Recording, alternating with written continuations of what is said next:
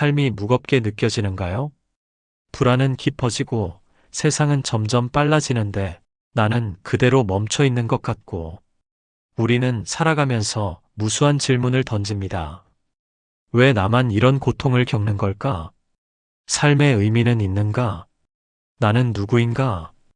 이 질문들 앞에서 누군가는 도망치고 누군가는 마냥 견디지만 단 한 사람은 그 질문을 정면으로 바라보고 그 속에서 삶의 본질을 꺼내 올렸습니다.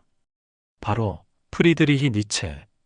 그는 철학자였고 시인이었고 또한 수많은 고통과 고독 속에 있었던 한 인간이었습니다.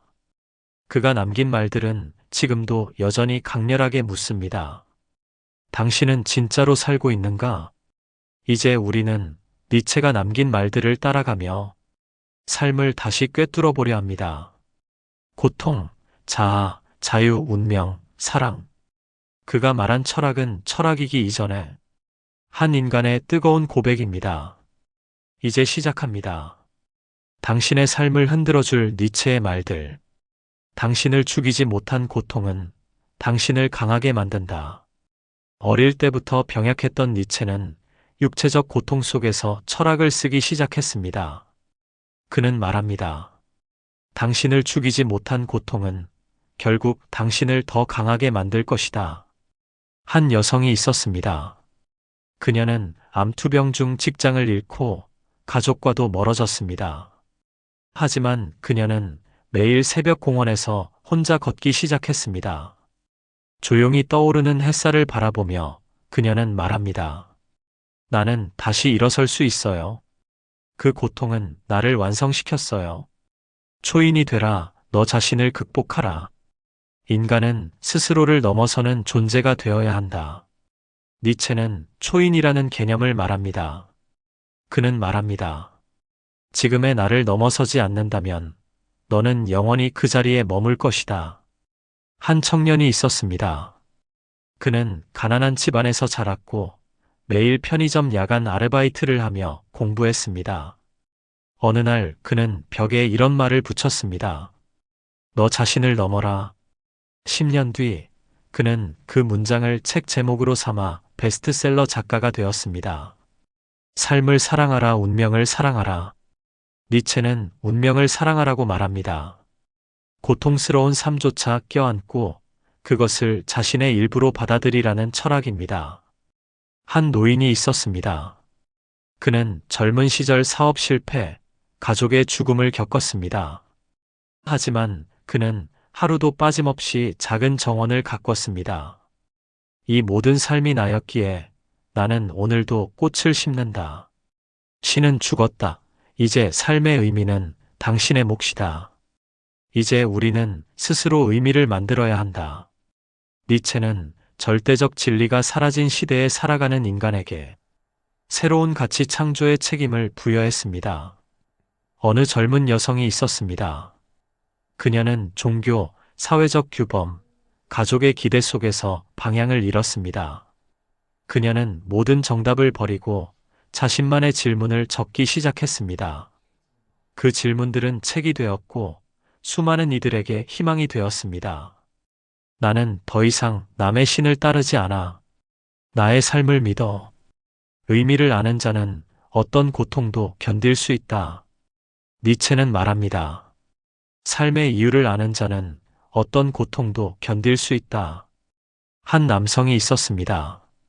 그는 사고로 하반신 마비를 입었습니다. 하지만 그는 자신의 딸에게 손편지를 매일 씁니다.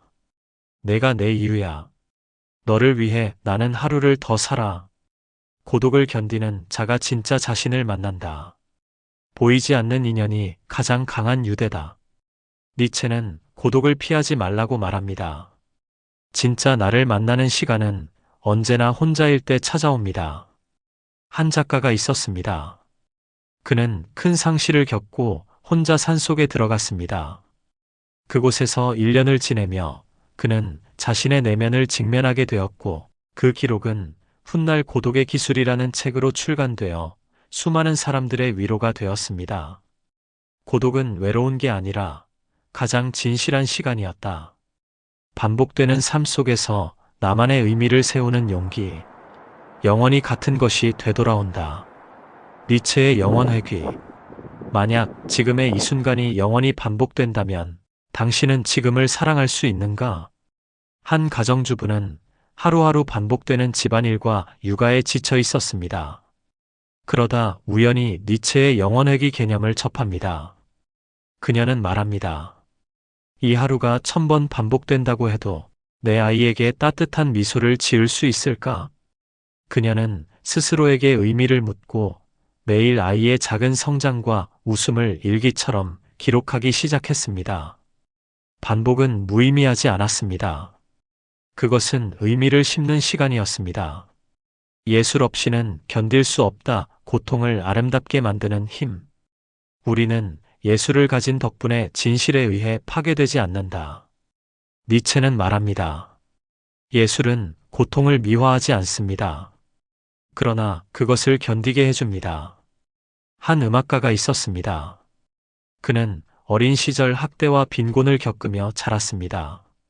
세상과 단절된 채 피아노 앞에 앉은 그는 자신의 아픔을 음표로 풀어내기 시작했습니다. 그의 곡은 사람들의 눈물을 자아냈고 결국 그는 고통을 음악으로 치유한 남자로 불리게 됩니다. 예술은 진실을 덮지 않습니다. 그저 그 진실을 살아낼 수 있도록 도와줄 뿐입니다. 절망 속에서 자라나는 의지. 니체가 말하는 의지의 철학. 권력 의지 혹은 삶을 향한 의지. 니체는 인간이 살아가는 가장 강력한 원동력을 권력 의지라 불렀습니다. 여기서의 권력이란 타인을 지배하는 것이 아니라 자신의 삶을 주도하려는 힘입니다. 한 청년은 심각한 우울증을 앓고 있었습니다. 자살 충동에 시달리던 그는 어느 날 니체의 이 말을 붙잡았습니다. 살고자 하는 의지 자체가 너를 다시 일으킬 것이다. 그는 매일 한 줄의 글을 적었습니다. 그 글들은 SNS에서 수천 명에게 공유되었고 결국 그는 회복의 경험을 책으로 펴내 삶을 쓰는 사람이 되었습니다. 나는 의지로 다시 살아났다. 나약함을 인정하는 용기 강함의 진짜 본질.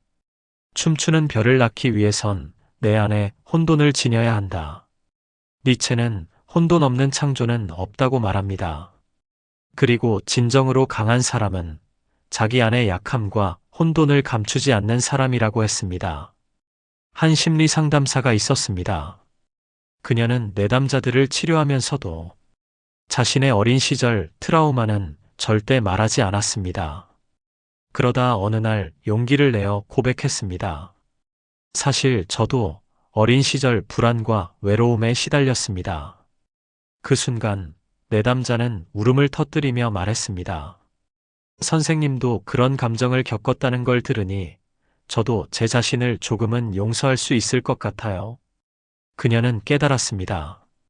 내가 강해 보이려고 애쓸 때보다 내 약함을 드러낼 때 타인과 더 깊이 연결된다는 것을. 최후의 인간 안일함 속에 침몰하는 존재. 니체는 초인과 대비되는 존재로 최후의 인간을 경고합니다. 그는 말합니다. 그들은 따뜻한 방과 편한 식사만을 원하고 어떤 고통도 감당하지 않으며 자신의 생각조차 하지 않는다. 이 말은 마치 지금의 현대인을 예견한 듯합니다. 편리함에 익숙해진 우리는 불편함을 제거하고 갈등을 피하고 질문을 멈추는 삶을 살아갑니다. 한 직장인은 반복되는 업무, 무기력, 무감동 속에서 살고 있었습니다. 어느 날 그는 퇴근 후 자신에게 이렇게 물었습니다. 이 삶이 내가 꿈꾸던 삶이었나? 그는 작은 불편함을 선택하기로 했습니다. 대중교통을 타고 SNS를 끊고 매일 책 한 장을 필사하며 살았습니다. 그 결과 그는 다시 생각하게 되었고 다시 살아가게 되었습니다. 니체는 말합니다. 위험하게 살아라. 너의 항해는 아직 끝나지 않았다. 가면을 벗을 때 비로소 자유가 시작된다. 한 유튜버는 말했습니다. 나는 매일 카메라 앞에서 괜찮은 사람 연기를 했어요. 하지만 카메라를 끄고 나면 공허와 외로움뿐이었죠. 그녀는 어느 날 처음으로 솔직하게 고백했습니다. 사실 나는 늘 불안했고 사랑받고 싶었어요. 그 고백 영상은 수십만 명에게 공감을 불러일으켰습니다. 많은 이들이 댓글을 남겼습니다. 진짜 당신을 보니 저도 제 진짜 마음을 꺼내게 됐어요. 니체는 말했습니다. 진실한 말은 위험하다. 그러나 진실하지 않은 삶은 존재하지 않는 것이다. 가면을 쓸수록 관계는 멀어집니다. 벗을 때 자유가 시작됩니다. 적을 사랑하라 미움조차 껴안는 힘. 니체는 초인은 원한을 품지 않는 존재라 말했습니다. 모든 상처와 적대, 미움조차 껴안고 그것을 창조로 승화시키는 사람? 한 여성이 있었습니다. 그녀는 학창시절 괴롭힘을 당했습니다. 오랜 시간이 흘러 우연히 그 가해자의 소식을 듣게 되었고, 오히려 그의 삶도 고단했음을 알게 됩니다. 그녀는 편지를 씁니다.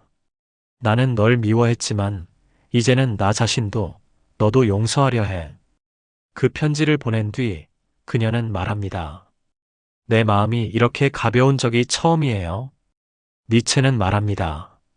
용서는 타인을 위한 것이 아니라 자기 자신을 위한 것이다.